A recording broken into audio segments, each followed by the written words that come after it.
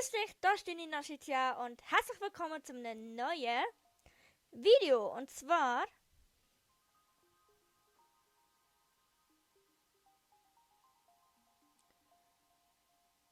Okay, läuft. Entschuldigung, ich muss kurz testen. Und zwar habe ich euch gefragt auf Instagram, ob ihr ein kleines Tutorial wollt für Word, Excel und PowerPoint. Und das ist die erste Folge von Tipps und Tricks über Word, PowerPoint und Excel mit Nati. Wir fangen natürlich mit dem allseits bekannten Programm an, und zwar Word. Ihr kennt es, ihr benutzt es immer, oder? Und wir gehen jetzt mal in ein leeres Dokument rein, dann kann ich euch so ein bisschen zeigen. Also ich habe es jetzt mir neu auf meinem Laptop abgeladen, auf meinem neuen HP-Laptop. Und ja. Was muss man wissen? Also, zuerst mal zu den Basics. Startseite neu öffnen, Informationen speichern unten, drucken natürlich, freigeben für OneNote, wenn ihr habt, exportieren für irgendetwas, transformieren, schließen. Und natürlich das Konto, Feedback und Optionen. Ihr habt hier ein leeres Dokument, wo ihr draufschreiben könnt, irgendetwas. Und ja. Ich zoome gerne immer noch ein bisschen an, weil ich sehe es just absolut nicht. Also, wahrscheinlich sieht man es jetzt besser. Ich muss kurz die Schrift ein bisschen größer machen, merke ich gerade. So. Jetzt sieht man es. Also man kann hier irgendetwas schreiben. Sprich, irgendetwas.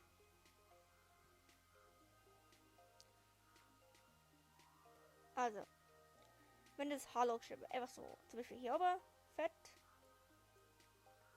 Damit es fett wird und fett bleibt, einfach mit der Maus, linke Maustaste, drüber, markieren, fett.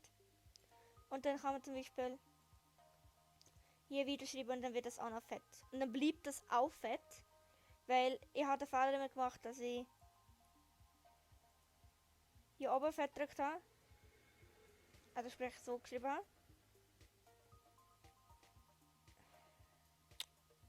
Och. So geschrieben. Dann habe ich es fett gemacht. Fett gedrückt.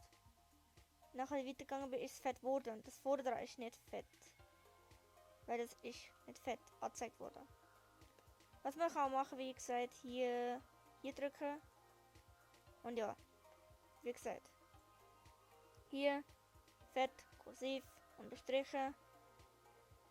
Hier, wenn ihr draufklickt, könnt ihr zum Beispiel jetzt, das ist der erste Trick, zum Beispiel doppelt unterstrichen, fett unterstrichen, pünktlet, strichlet, hier, hier und hier.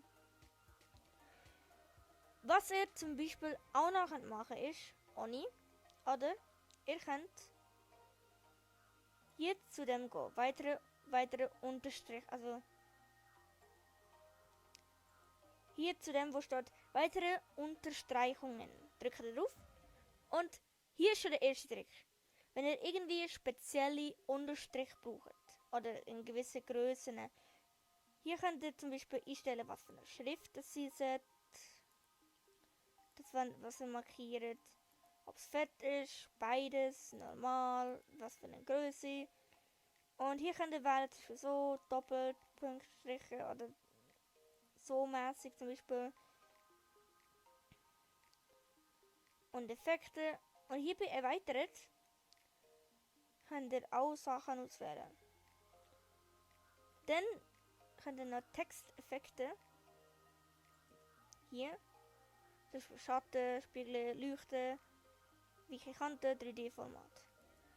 Also geht alles. Und was man nachher ist hier drauf und dann hier. Und dann könnt ihr hier auch noch die Schriftfarbe auswählen. Also sprich, wenn jetzt dass es rot wird, dann sagt ihr, das ist jetzt normal. So. Dann nehmen wir hier, aber dann müsst ihr drücken, als Standard festlegen. Dann kommt nur dieses Dokument oder alle Dokumente basieren auf der Vorlage normal. Wenn ihr nur eins braucht, dann drückt ihr nur dieses Dokument.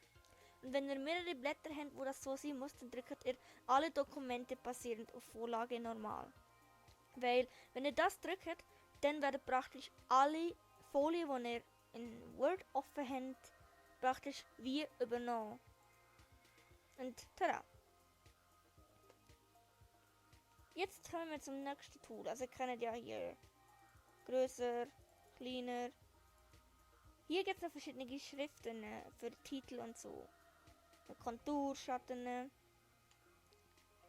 Hier kann man festlegen, wenn man zum Beispiel so Abteilungen machen muss, also sprich so Punktierungen, zum Beispiel das ist erstens, und zweitens und drittens. Da kann man so Punkte hier machen oder man kann da Uni so mit dem Höckli. Wie ihr möchtet. Hier kann man zum Beispiel mehrere machen oder Zahlen und so. Was ihr auch hier könnt, ist zum Beispiel die Ebene ändern. Und ja. Hier unten könnt ihr festlegen, wie es sein sollte. Hier ist zum Beispiel Mitte. Ganz rechts, glaube ich. Ja, ganz rechts von mir aus. Und das hier ist bündig. Also sprich, wenn ihr ein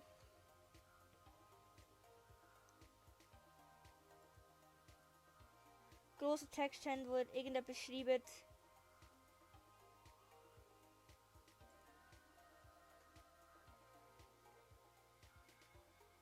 Moment. Was einen Text habt, wo ihr irgendetwas schreibt und ihr gumpelt irgendwie und dann ist es nicht ganz bündig. Dann müsst ihr alles markieren. Dann drückt ihr hier und dann ist alles schön gerade und untereinander. Das werdet ihr vor allem brauchen, wenn ihr in der Lehre sind, zum Beispiel für Vertiefungsarbeiten oder für PowerPoint-Sachen. In PowerPoint kommt das Element sogar auch vor.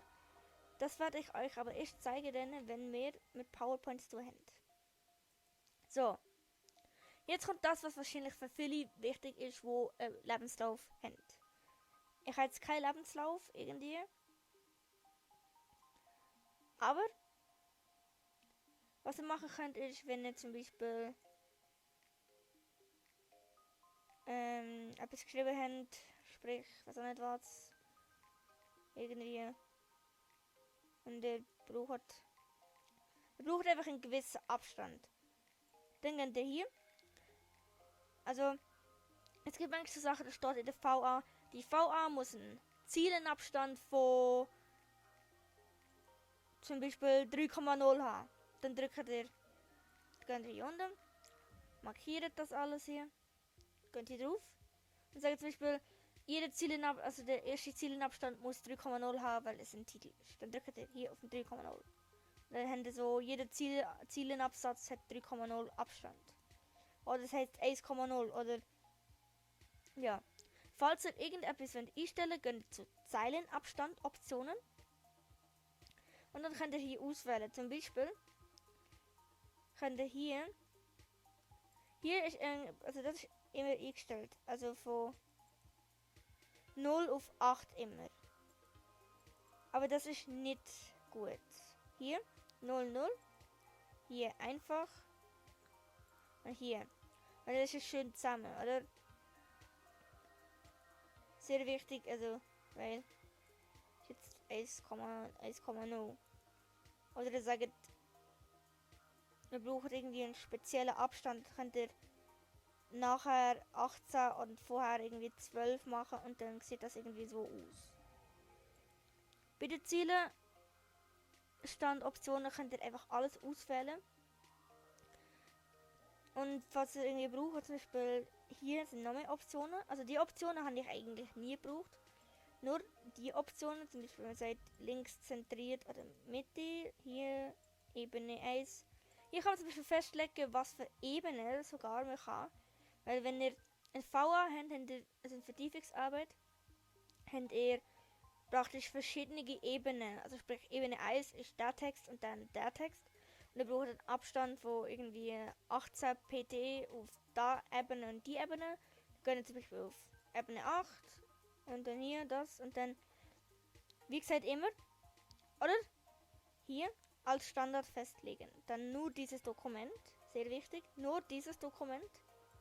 Wenn ihr mehrere habt, natürlich auf mehrere. Und jetzt zeige ich euch das, was wahrscheinlich niemand weiß. Also, wir sind ja hier und Zeilen und Seitenumbruch. Wenn ihr Tab-Stops braucht, und das werdet ihr, wenn ihr zum Beispiel so richtig Informatik könnt. Hier sind Tab-Stops, also sprich, hier kann man entscheiden, wie viel Abstand zwischen einer gewissen Ziele oder so ist. Zum Beispiel, wir sagen jetzt, ein Tab-Stop von 1 und irgendwie, ja.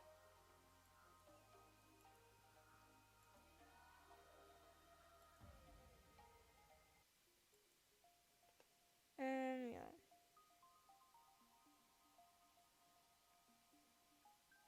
Genau, ich habe es vergessen. Ich muss auch wieder reinkommen. Tab-Stops könnt ihr festlegen, indem ihr 1 eingeben zum Beispiel und dann drückt ihr festlegen. Und dann drückt ihr auf, jetzt brauche ich noch 3 und dann auch wieder festlegen. Und dann drückt ihr OK.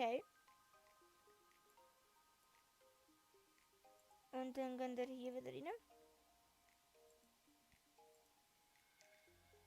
Geht einfach in Tab-Stops. Drückt ihr 1. 1 vielleicht. Und ja. Tab-Stops sind eigentlich mehr so Sachen wie, dass man nachher sagt, ja, das und das soll dort und dort eingebracht ist. Ja. Tab-Stops sind tatsächlich sehr schwierig, aber es geht. Also hier habt ihr auch Abstand, Zielenabstand und all das einfügen. Wir kommen jetzt zu der Option einfügen, und zwar habt ihr alles, zum Beispiel Tabelle, Deckblatt, leere Seite, Seitenumbruch, Bilder, zum Beispiel Bilder auch, 3D-Modelle, Smart Art, Diagramme, Screenshots oder auch Online-Videos. Ich weiß nicht, bei PowerPoint ist es aber so, wenn ihr PowerPoint macht, könnt ihr anscheinend nicht das Video einfügen, also das Video selber. Ihr könnt jetzt, glaube ich, nur einen Video-Link einfügen. Das Problem ist, ich weiß halt nicht, ob es hier auch funktioniert. Mit Links, weil ich habe noch nie müssen bei Word irgendetwas mit Link, also mit YouTube-Links machen. Und ja. Also wie gesagt, zum Beispiel hier Tabelle. Ich kann eine zeichnen, ich kann eine einfügen, so groß. Oder wir können auf Schnelltabellen, da haben wir hier Vorlagen praktisch. Und ja. Hier zum Beispiel Seitenumbruch.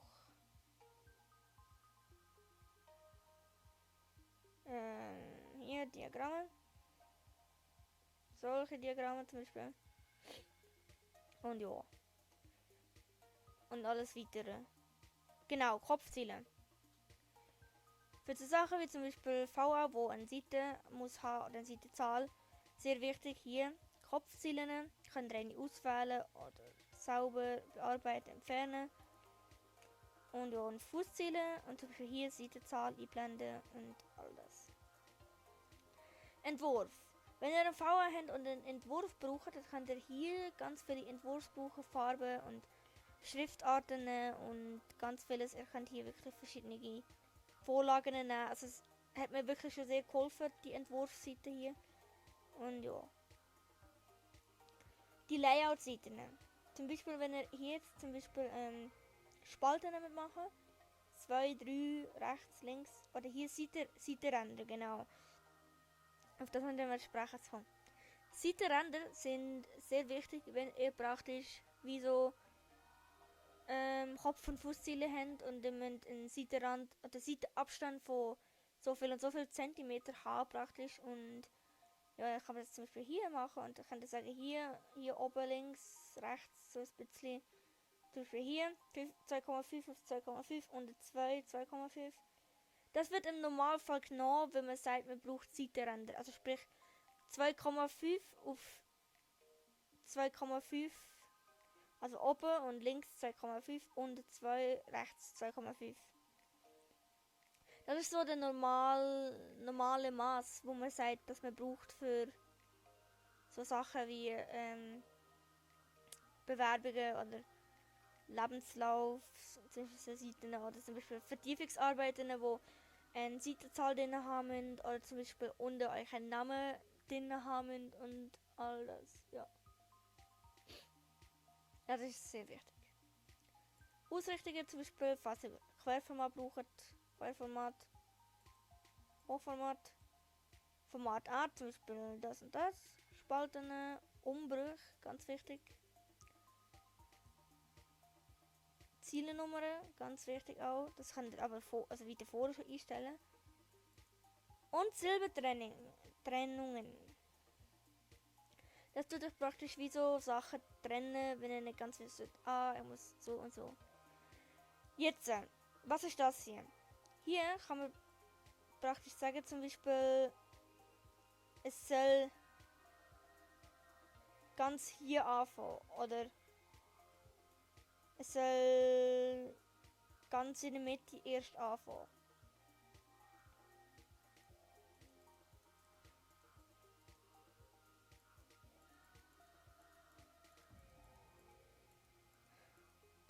Ja, also sind so Seiten eingezogen, ich kann dir sagen, wie viel Abstand soll es etwa von der Seitenränder haben. Zum Beispiel von links, von rechts, von vor, also vorher und nachher zum Beispiel. Eigentlich. Also das ist schon das mit dem PT gewesen, eigentlich. Ja. Dann kommen wir zu den Referenzen. Referenzen hier. Inhaltsverzeichnis, genau. Das ist auch sehr wichtig für Vertiefungsarbeiten oder Vorträge oder Blätter allgemein, wo brauchen, sagen, die müssen ein Inhaltsverzeichnis haben. Und hier kann der Vorlage haben, so und so, so werde ich jetzt rot nehmen, ist natürlich rot, blau und all das. Ich kann hier einen Text hinzufügen und ich kann es bearbeiten und dann hier immer aktualisieren, weil sonst wird es nicht übernommen.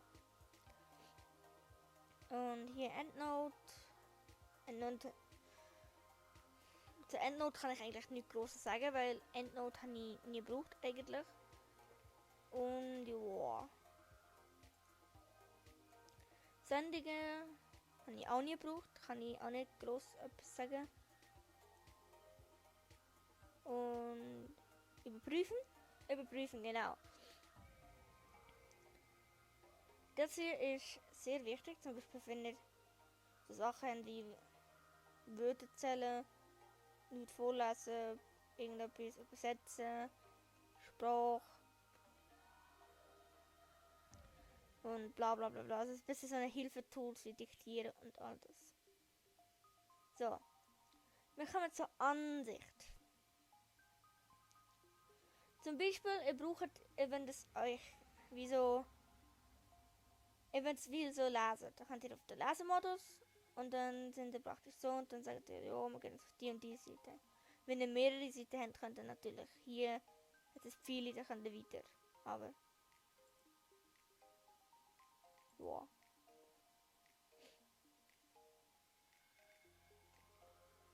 Und ja, wenn ihr zum Beispiel sagt, ihr braucht ein Lineal, dann habt ihr hier ein Lineal. Oder braucht sogar eine Gitternetzlinie, dann habt ihr das hier. Ein Navigationsbereich. Apropos Navigationsbereich, also sprich, wir haben jetzt unendlich viel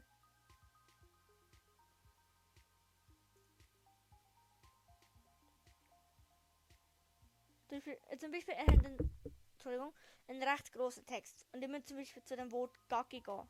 Dann könnt ihr hier zu der Navigation, gebt ihr Gacki. Dann könnt ihr hier und dann bringt euch das hier praktisch automatisch zu dem Wort, wo ihr einkennt. Oder hier zum Beispiel Seiten, könnt ihr die Seite anschauen.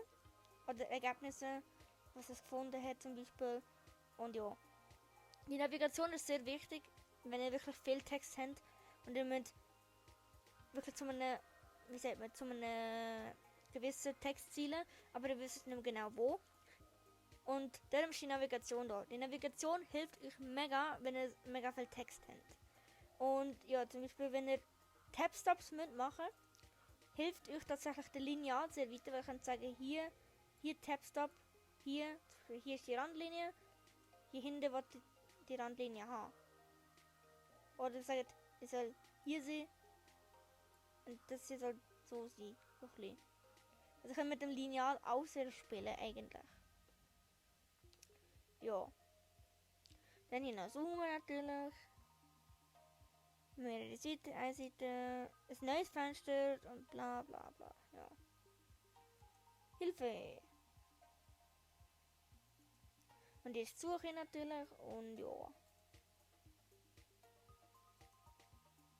Wo ist das so gesehen? Genau, ich schreibe zum Beispiel.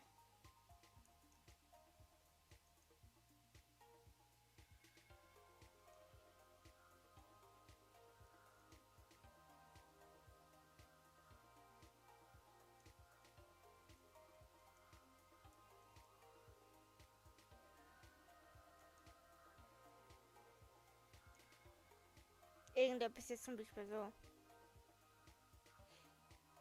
Und es ist wichtig, dass es korrigiert wird. Also sprich, es hat einen Groß-Kleinschreibfehler oder irgendetwas anderes. Hier könnt ihr hier zu Dokument überprüfen. Und dann zeigt es euch das rote, zum Beispiel hier, Rechtschreibung. Dann zeigt es euch hier das Wort an.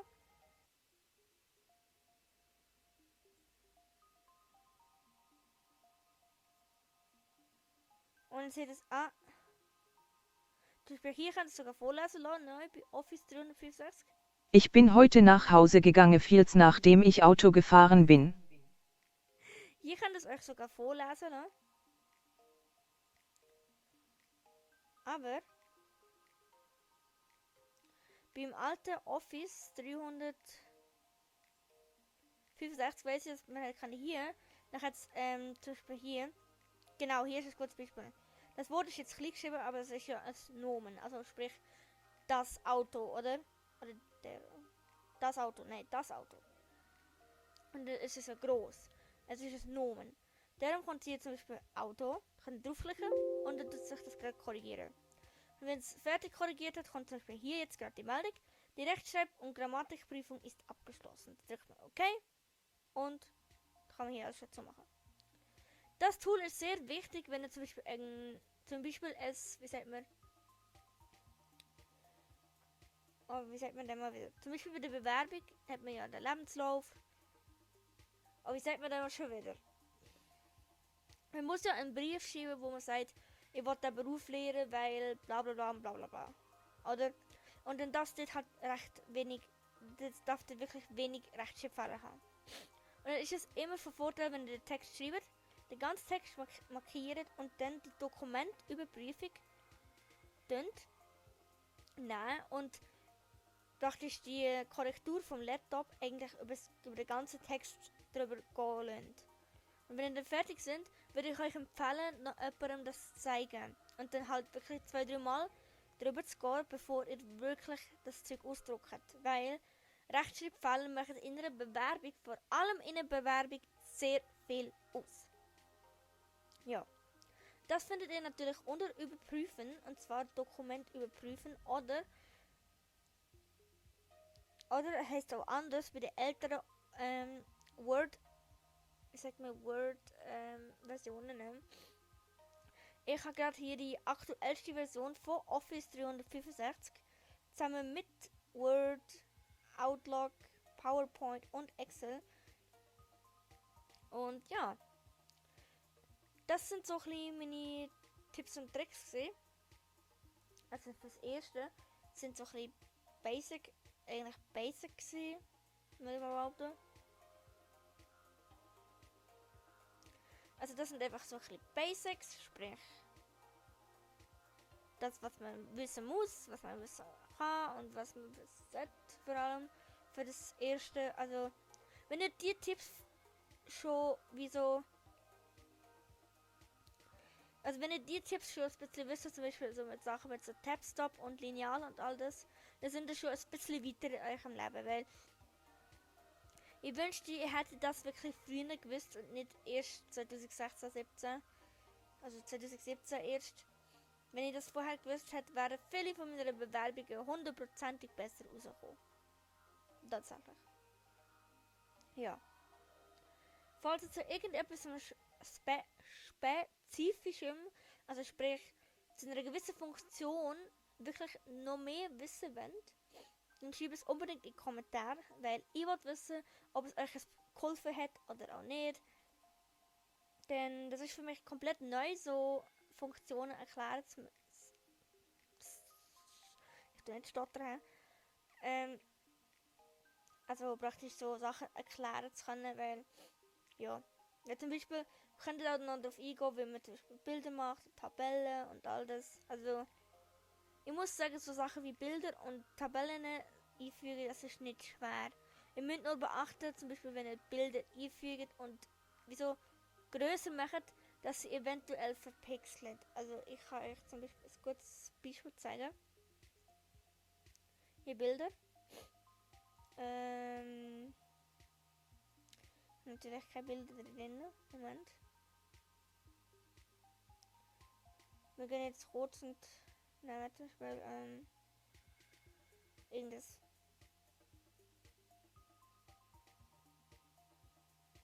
Katzenbild. Oh, Karte. Bro. Ich wollte geschrieben Katze, nicht Kate. Ich hab falsch geschrieben.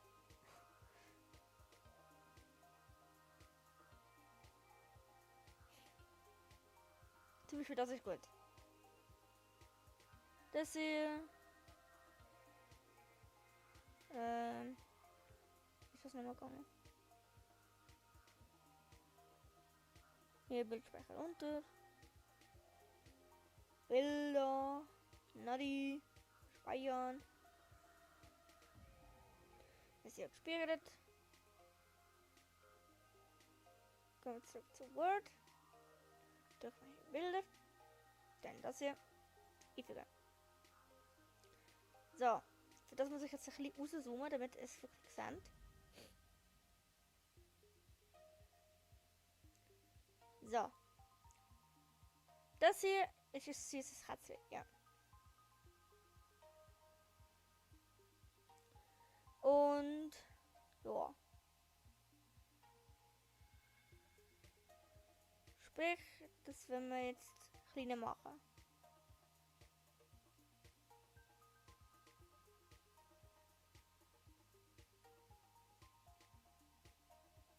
Oder hier so. Das Problem ist, wenn ihr hier zieht, oder? Das ist das Problem. Also man kann zum Beispiel auch eine so drehen. Oder so. So ist okay. Also das ist wirklich besser geworden mit der Zeit, dass man das hier so besser kann ziehen. Weil vorher, wenn man hier gezogen hat, also jeder, der etwa so alt ist oder in meinem Jahrgang ist, weiß ganz genau, dass wenn man hier gezogen hat, dass das Bild immer verzogen hat. Und das ist so mühsam. Aber das hat Word tatsächlich jetzt ein bisschen gefixt sogar. Und ja, also einfach hier das Problem mega. Aber sonst meine so genau, das ist auch das Problem. Es wird recht verzogen, wenn man es so ein bisschen zieht, oder? Also so ein bisschen, so ein bisschen wie so verzogen, links, rechts so und nachher noch ein bisschen so, oder?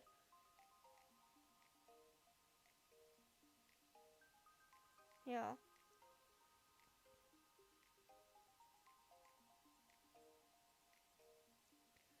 Ja, also bei der Bildfunktion kann man auch sagen, zum Beispiel Korrekturen. Hier dunkler, heller. Freistellen. Zum Beispiel, jetzt kann man den jetzt nennen. Oh, oh. Scheiße. Hihi. Ach so. Oh, die Funktion ist neu tatsächlich. Die kann ich gar nicht. Dass man freistellen kann und etwas Spezielles kann machen.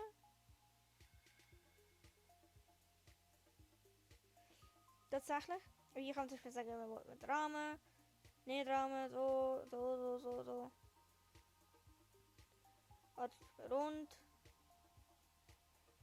Text und Buch. Und hier haben wir zum Beispiel Positionen. Hier so in der Mitte, links, oben, Mitte, so. Also so ein bisschen Positionen. Hier kann man es tatsächlich zuschneiden. Kann man sagen, ja, man will es ein bisschen so. Und dann für mich so. Drückt man Enter, dann hat man das halt so. Oder und ja. Word ist tatsächlich sehr vielfältig und ja. Das sind so ein bisschen meine Basic Tricks, Tipps und Tricks, die ich habe. Tatsächlich kann ich nicht mehr, also ich habe schon mehr, aber Word 365, also Office 365 hat Word, PowerPoint und Excel komplett verändert. Ich habe aber die Funktionen mit der komplett neuen Version erst seit ein paar Monaten getroffen. Und da kann es auch sein, dass ich mich nicht mehr ganz zurechtfinde, weil ich damals das ganze Zeug auf der alten Word-Funktionen hatte. Also sprich, da haben die Symbole noch nicht so ausgesehen. Also, ja. Ich kann euch tatsächlich die alte Word-Sache sagen. Word Zeichen.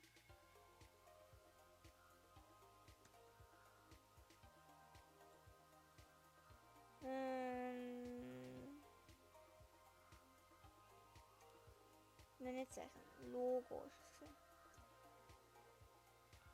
So. Huch, ja. Damals hat es noch nicht so ausgesehen hier. Damals hat das Word noch so ausgesehen. Sogar so. Oder so. PowerPoint hat so ausgesehen, übrigens. Bevor das. Also die neueste Version sieht jetzt hier so aus. Und dann hier ist das alte. Und zum Beispiel Excel hier. Excel.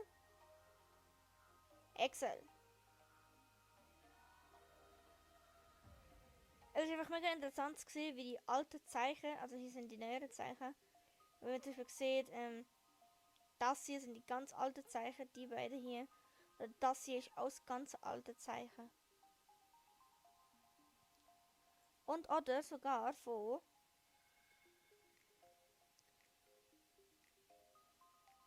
Outlook. Hier, Outlook.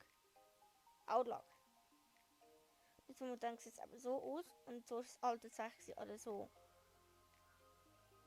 Und tatsächlich hat meine Schwester ein Outlook-Logo drauf, wo einfach so ein Brief ist. Also sprich, Robert. Einfach so, einfach ein grau-weiß. Also das ist jetzt Gmail, falls ich fragt, was das ist. Ja. Das war es mit meinen Tipps und Tricks rund um das Programm Word. Und ich hoffe, es hat euch gefallen. Wenn ja, dann lasst ein Like und ein Abo da. Und ich wünsche euch einen schönen Morgen, Mittag und Abend. Und tschüss, ciao.